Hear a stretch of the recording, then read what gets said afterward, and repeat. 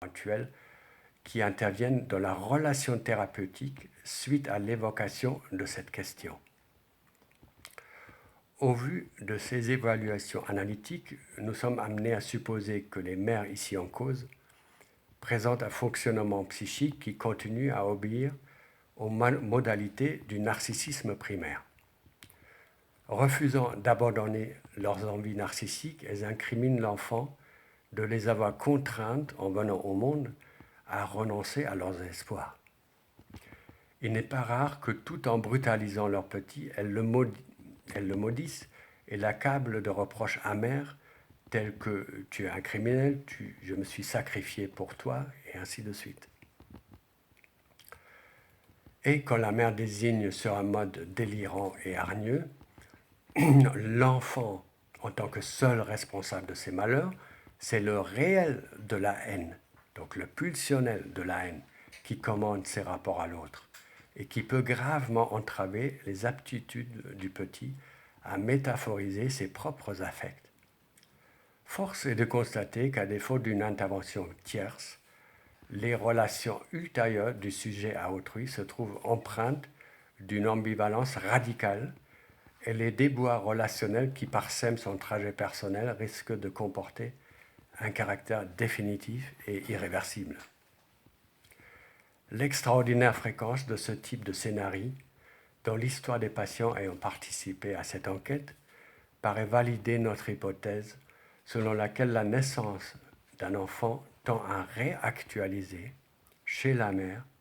les processus particuliers du narcissisme primaire. Quant à ce qui se passe alors du côté maternel, on observe ici une sorte de captation fantasmatique, parfois agie et violente, et présentifiée sous forme de passage à l'acte. À l'examen des moments les plus féconds de certaines cures, alors que le sujet se trouve souvent dans un état quasi hypnotique, peut-on dire, nous avons repéré nombre de représentations particulièrement éloquentes et portant sur la mère, qui apparaissent de façon récurrente dans les récits que nous avons pu recueillir. En discernant l'impact subjectif que produisent certains comportements maternels, qui fussent discrets et subtils ou violents et brutaux, nous sommes amenés à leur assigner un rôle décisif dans l'étiologie, donc dans l'origine, des pathologies ici explorées. Après avoir isolé les aspects les plus nocifs imputables aux postures maternelles évoquées par nos patients, nous nous sommes employés à identifier les dénominateurs communs de ces particularités. Lorsqu'on décline les traits distinctifs de ces facteurs pathogènes tels qu'ils ont été dépeints par les sujets, on s'aperçoit de l'incapacité de la mère, d'abord, à prendre ses distances avec ses propres besoins narcissiques, deuxièmement, à établir une relation objectale aimante avec l'enfant, troisièmement, à accepter la nécessité de se différencier de l'enfant et donc à reconnaître l'enfant en tant que sujet à part entière, différent d'elle. Quatrièmement, à métaboliser son ambivalence entre amour et haine. En cinquième lieu, à cesser de soutenir son auto-affirmation par le biais de la haine. Et en sixième lieu, ou en anticipant le danger de la séparation, à détester l'enfant investi en tant que mauvais objet. Alors, quant aux pratiques psychanalytiques contemporaines, on s'aperçoit qu'à l'heure actuelle, la prise en compte par l'analyste de la quête de réparation qu'on décèle chez certains analysants, donc patients, et notamment au niveau de l'autre réel, cette quête a mauvaise presse, y compris dans les revues réputées, qualifiantes, spécialisées en psychologie clinique ou en psychanalyse. Ce n'est pas seulement la quête, c'est aussi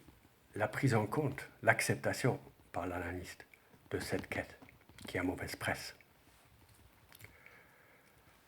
À bon nombre de psychanalystes, il semble de bon ton de soutenir que pour analyser quelqu'un qui serait tenté d'appréhender le réel, il faut le faire tourner autour du trou du réel, décourager ses espoirs d'apprivoiser ce réel impossible et indicible, ne pas céder à la compassion, ni se laisser influencer par le désir de réduire les souffrances psychiques du patient. Alors, notons au passage que beaucoup d'illustres auteurs, dont l'incompétence et la paresse ne cessent de nous surprendre, se montrent peu enclins à se fatiguer avec les exigences assez ardues de la clinique contemporaine. Toutefois, il nous paraît ici important de rassurer les auditeurs, car s'inscrivant en faux contre ce type d'attitude plutôt cynique, les cliniciens et chercheurs du CEPA et de SOS Psy ne ménagent aucun effort pour amener leurs patients à travailler aux confins du réel, à gagner du terrain sur ce matériau pulsionnel et à l'intégrer et le métaphoriser progressivement. Or, nous devons admettre qu'il s'agit là d'une entreprise fort laborieuse qui exige de la part du praticien des compétences assez pointues, mais aussi une certaine audace épistémologique